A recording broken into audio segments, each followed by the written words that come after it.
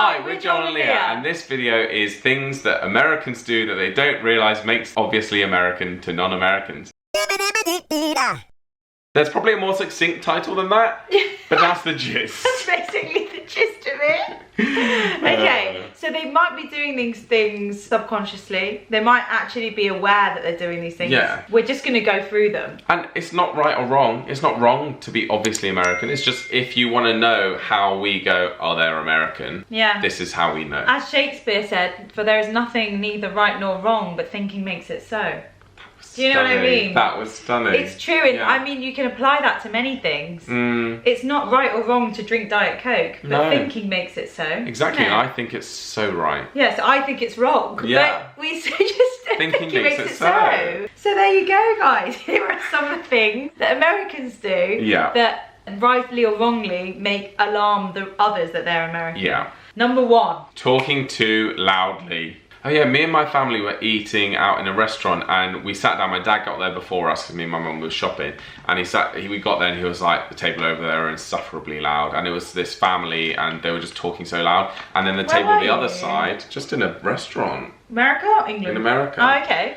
And then the table on the other side, there was 2 couples. They probably had a bit to drink, but they were so loud. Like they were like maybe like 3 sets or 4 sets of tables away, and we could hear everything. And it was like, and it was just like, can you not just use an indoor voice? Indoor voices, please. Are you incapable? Yeah, it's incapability. I mean, my dad's a bit deaf, and he can do an indoor voice. Yeah. Not all the time. Mostly shouts, but Americans, the vibrations, the way their mouth moves, you can hear more. Yeah, it resonates more than ours, so I think you can't really help it.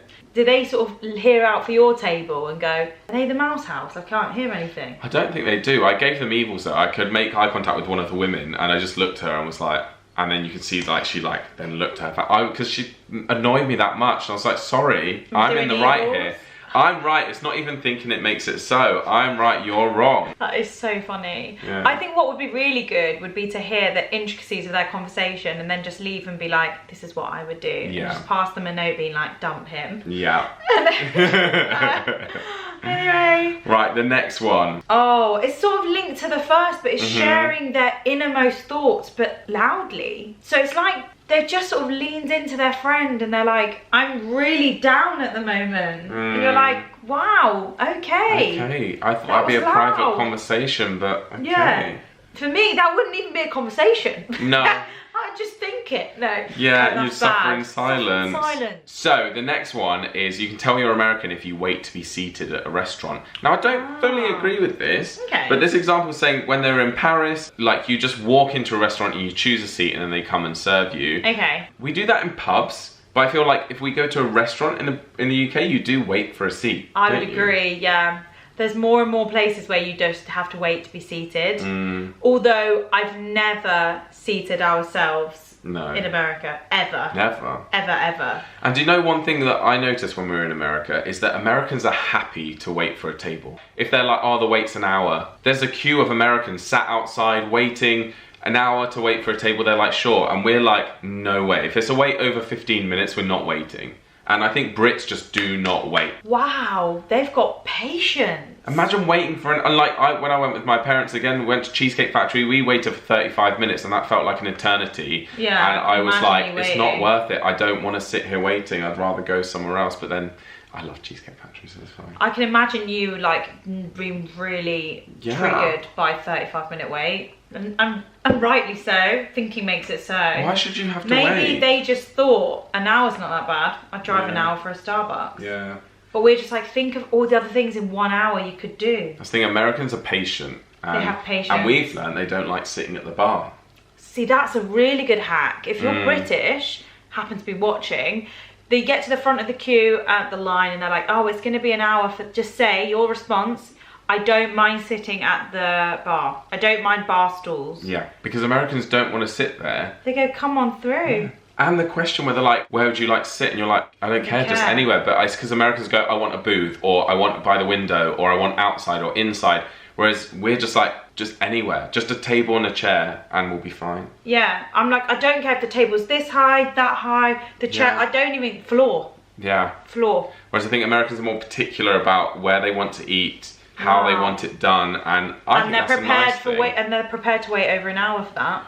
Would you say you're a patient person in life? No, not at all. I've been working on patience, but the annoying thing about patience is that the only way you work on it is powering through impatience. Yeah. Like, you can only become patient from being impatient a lot, and then you learn to be patient. Yeah. So it's really annoying. So have you done any work, or just... Well, yeah, you just learn to, like, when you're feeling impatient, going, it's fine, and, like, talk to yourself, and you're like, it's no rush. I'm in a queue, it's all right, and, like, you talk to yourself. Yeah, that's all right then. Instead of letting yourself get worked up and angry. Yeah, No.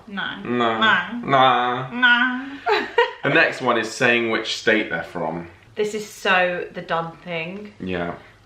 Everyone says, you know, I've had people sign off emails. Jim from North Carolina. Susan from West Virginia. Yeah. Yeah, whatever. And they introduce, if we would say to an American, like if American said to us, like, where are you from? Our go-to is England or the UK. But if you ask an American, where are you from? They never say America or the US. They say their state. They'll be like, number 24, drive, the postcode, the zip code, the state, the turning. Yeah. Whereas sometimes we just want to know, are you Canadian or are you American? Yeah, so maybe we need to be more specific with our questions. Yeah. Where are you from? Not the state, the country. Yeah. What country are you from?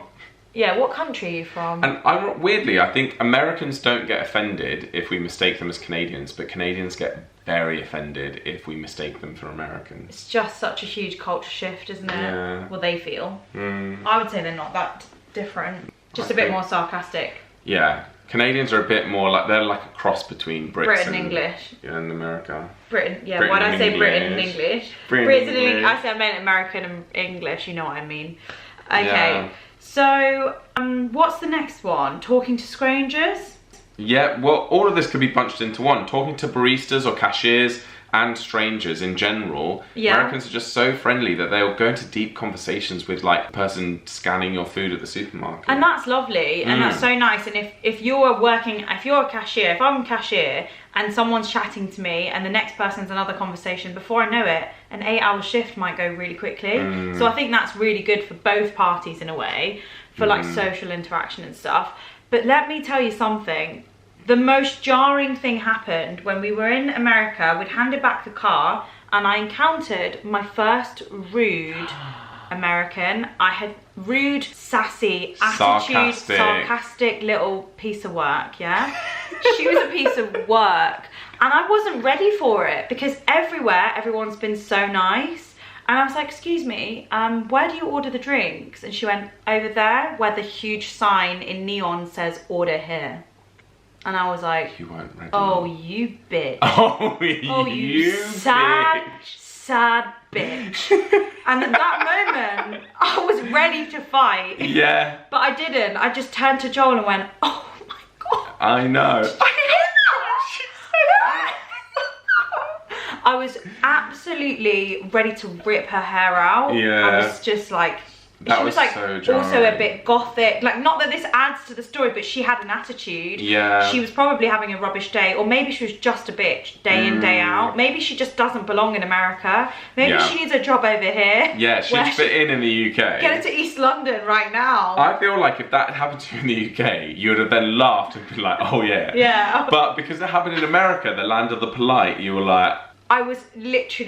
I was like looking at what I could use to hit her. Yeah. I'm joking. I would never hit anybody. I'm not brave enough. Yeah, it just knocked me off centre, didn't it? I was like, Joel, I don't like it in here. No, and it ruined your day. It ruined our last day. It certainly ruined 5 minutes. Yeah. It was awful. I know. And actually the man who served us as well, he was a bit rude. They all were. Oh, you think you're cool because you work in a brewery? Yeah, I know. I'll have a day off, love. Oh, come on. Come on. It's just beer. Yeah. Get over it. Drown. I'll drown in a vat of beer. I wish you'd just drown in beer. Oh my gosh. Anyway, so that's how jarring it was. I can feel the energy has just changed. You can just tell that I've just remembered what's happened. Yeah, and it's... Because she told me something obvious. Yeah. She made you feel this big. Do you know what I mean? Yeah. If I was an American, I'd have emailed customer service and got some sort of credit voucher for $50. Yeah. But we weren't. And you know what? My lawyer will be speaking to you about your attitude response. All right. Excuse me. Were you correct in your words? Yes, you were. I started There vlogging. was a big neon sign. Started vlogging that day when Joel was throwing away that footage. They're not getting any airtime. No. Well, that is it. That's all that we're going to go through today, guys. Thank you so much for watching. We hope you've enjoyed it. Apart from a little anger, you've got to get it out, haven't we?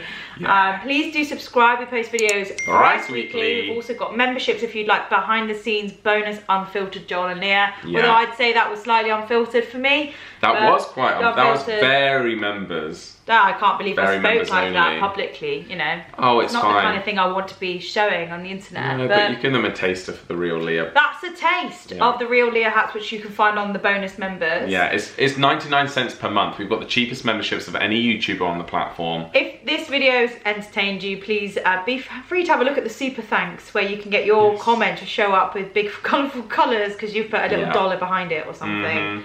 And that's it. We'll see you in the next one. See you soon, guys. Bye. Bye.